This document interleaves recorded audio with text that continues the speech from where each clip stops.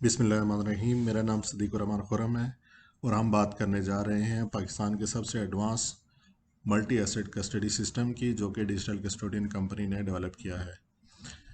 ये पाकिस्तान का सबसे पहला ब्लॉकचेन बेस्ड सिस्टम है जो कि ट्रस्टी फंक्शंस को, एसेट मैनेजमेंट कंपनीज को और बैंक्स को इंटीग्रेट करता है। सबसे पहले कि ब्लॉकचेन हमने क्यों यूज़ की और ब्लॉकचेन के क्या एडवांटेजेस हैं।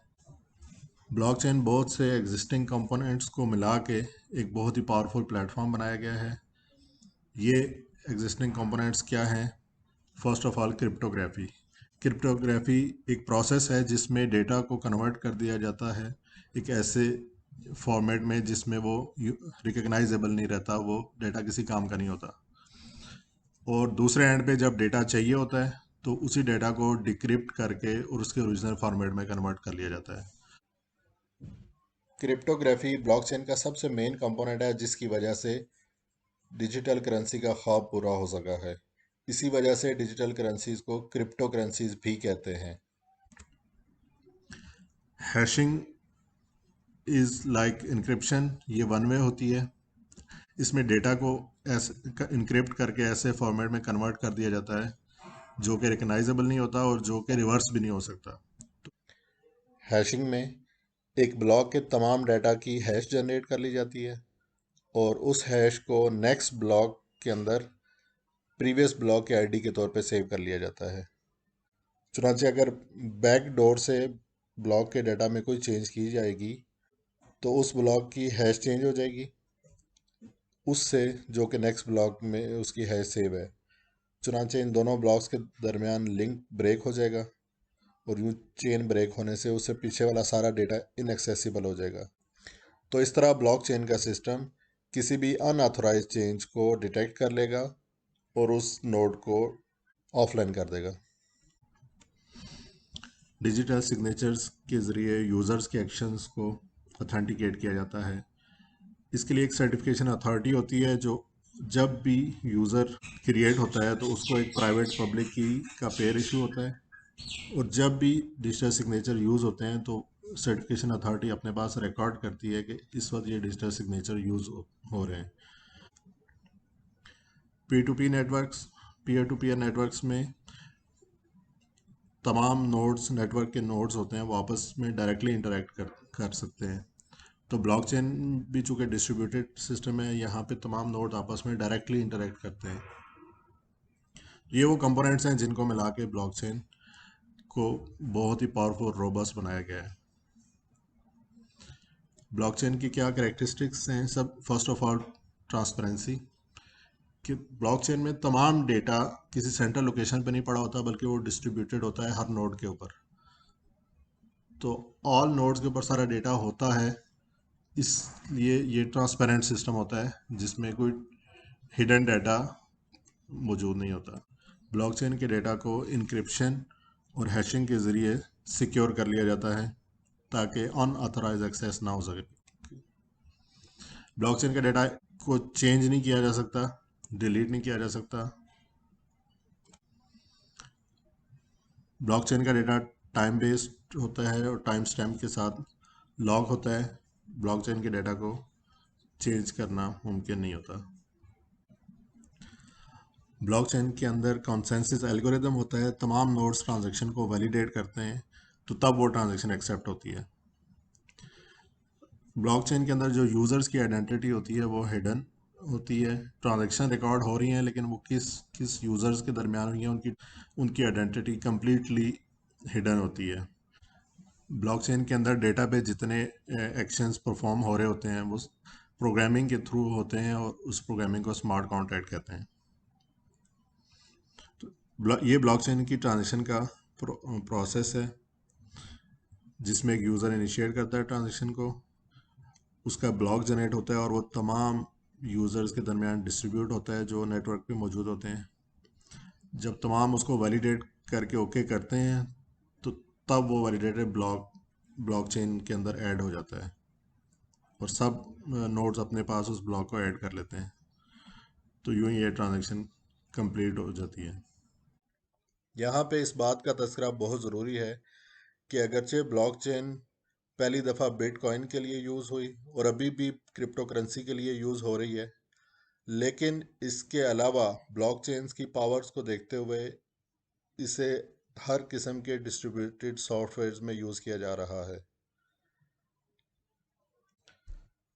चुनांचे डिजिटल कस्टोडियन कंपनी ने भी अपने फाइनेंशियल सिस्टम के आर्किटेक्चर के लिए ब्लॉकचेन के वेरिएंट हाइपर लेजर को यूज़ किया है। मैक्स के प्रोसेसेस क्या हैं? सबसे मेन मॉड्यूल इसका ट्रस्टी एंड कस्टडी का मॉड्यूल है, जो कि डिजिटल कस्टोडियन कंपनी के डिपार्टमेंट्स यूज़ कर रहे होंगे। एएमसी का मॉड्यूल है, जिसको एसेट मैनेजमेंट कंपनीज टर्मिनल भी यूज़ कर रही होंगी और एपीआईज के ज़रिए हमारे सॉफ्टवेयर से इंटरेक्ट भी कर रही होंगी। बैंक्स का मॉड्यूल है कि बैंक्स को जो ट्रांजैक्शन भेजी जाएंगी वो अपने टर्मिनल पे देख भी सकेंगे और जो उन्होंने एग्जीक्यूट कर दी होनी है वो टर्मिनल के ऊपर मार्क भी कर सकेंगे, या अगर ट्रांजैक्शन में कोई इशू है तो वो उसको रिजेक्ट करके उसकी रीज़न भी दे सकते हैं।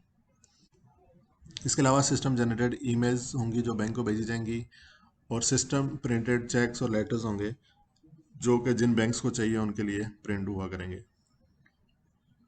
एससीसीपी का डैशबोर्ड है जिसमें एससीसीपी ओवरऑल एक्टिविटीज़ को मॉनिटर कर रहा होगा। सबसे पहले बात करेंगे कन्वेंशनल प्रोसेस की, कि एब्स्ट्रैक्ट लेवल पे कैसे प्रोसेसेस हो रहे हैं। जो डेटा का सोर्स है वो एसेट मैनेजमेंट कंपनी का फंड मैनेजमेंट सिस्टम है, वहाँ से एसेट मैनेजमेंट कंपनी की टीम लेटर प्रोड्यूस करती है वर्ड में, फिर उस लेटर को प्रिंट किया जाता है और जो उस लेटर के अथोराइज सिग्नेटरीज हैं उनसे साइन करके लेटर को अगेन स्कैन किया जाता है और स्कैन करके ट्रस्टी को ईमेल कर दी जाती है। ट्रस्टी कंपनी अगेन उस लेटर को प्रिंट करती है अपने रिकॉर्ड के लिए और अपनी प्रोसेसिंग के लिए। कंप्लायंस डिपार्टमेंट उस ट्रांजैक्शन को वेरीफाई करता है और ऑपरेशंस का डिपार्टमेंट उसके लिए चेक प्रिपेयर करता है और लेटर प्रिपेयर करता है। फिर डिस्पैच राइडर के थ्रू वो चेक और लेटर्स बैंक्स की रिस्पेक्टिव ब्रांच को भिजवा दिए जाते हैं। बैंक उन ट्रांजैक्शंस को एग्जीक्यूट करता है, फिर ऑपरेशन डिपार्टमेंट बैंक से ट्रांजैक्शन को वेरीफाई करता है कि ट्रांजैक्शन एग्जीक्यूट होगी कि नहीं, और फिर वो स्टेटस एएमसी को वाया ईमेल और वाया फ़ोन अपडेट करता है। ये कन्वर्शन प्रोसेस है। इसमें आप देख सकते हैं कि एक डेटा जो कंप्यूटर बाउंड डेटा होता है उसको प्रिंट किया जाता है, फिर उसको स्कैन करके फिर कंप्यूटर में कन्वर्ट किया जाता है, फिर कंप्यूटर से प्रिंट किया जाता है ट्रस्टी एंड पे। तो ये back and fourth real world से कंप्यूटर वर्ल्ड में डेटा को मूव किया जाता है। हम बात करें डिजिटल प्रोसेस की, जिसमें डिजिटल बाउंड डेटा डिजिटल ही रहेगा और डिजिटल ही प्रोसेस होगा।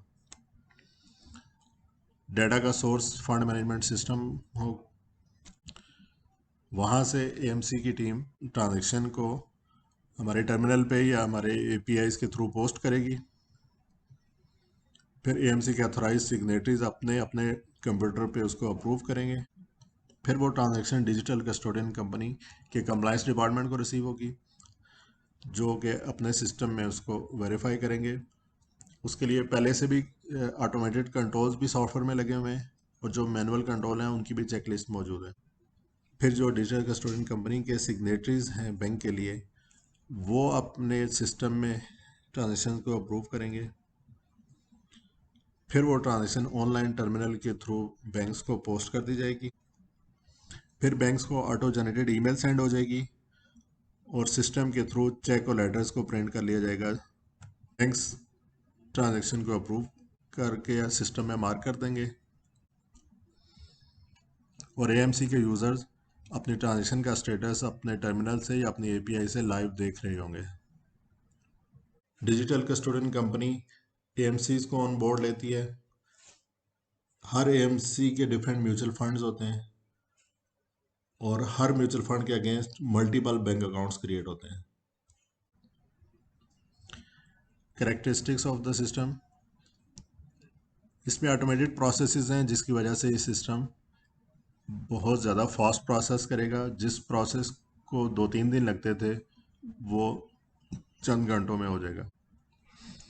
इसमें ह्यूमन इंटरेक्शन कम से कम है, इस वजह से सॉफ्टवेयर ह्यूमन एरर के रिस्क को मिनिमाइज करता है। तमाम यूनिट होल्डर्स के लेजर्स मेंटेन हो रहे होंगे और कोई भी यूज़र अपने होल्डिंग से ज़्यादा रिडीम नहीं कर पाएगा।